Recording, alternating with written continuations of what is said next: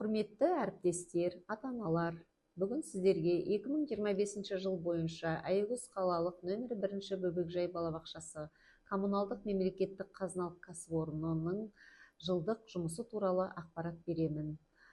Балабақшамызда 15 топта 325 бала білім мен тәрбие алуда. Оларға жоғарғы білімді, тәжірибелі 53 педагог және 55 техникалық қызметкер қызмет көрсетуде. Білім беру мемлекеттік стандартқа сәйкес жүргізіледі. Оқу-тәрбие процесі эко-әлем, асыл қазына, STEM элементтері бағыттарында жүргізіліп, заманауи технологиялар элементтері қолданылуда. Ұлттық құндылықтарды дәріптеу жұмыстары да ерекше назарда. Осы бағытта педагогикалық жетістіктерге тоқталсам, 3 педагог республикалық байқауларда жүлделі орын алса, 4 педагогымыз облыстық байқаулардың жүлделі орындарын алды. 8 педагог аудандық байқаулар жүлдегерлері.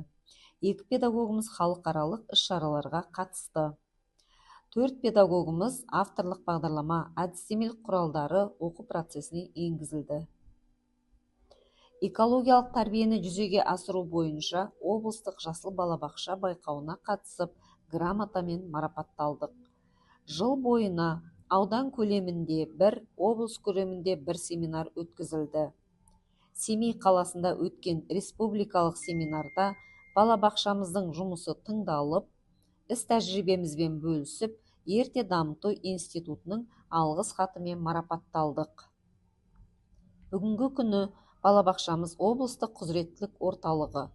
Елімізде мектепке дейінгі тәрбие мен оқытудың мазмұнын жаңарту мақсатында 2025-2026 оқу жылында ерте жастан кәсіпке және еңбекке баулу пилоттық жобасы іске қосылуда.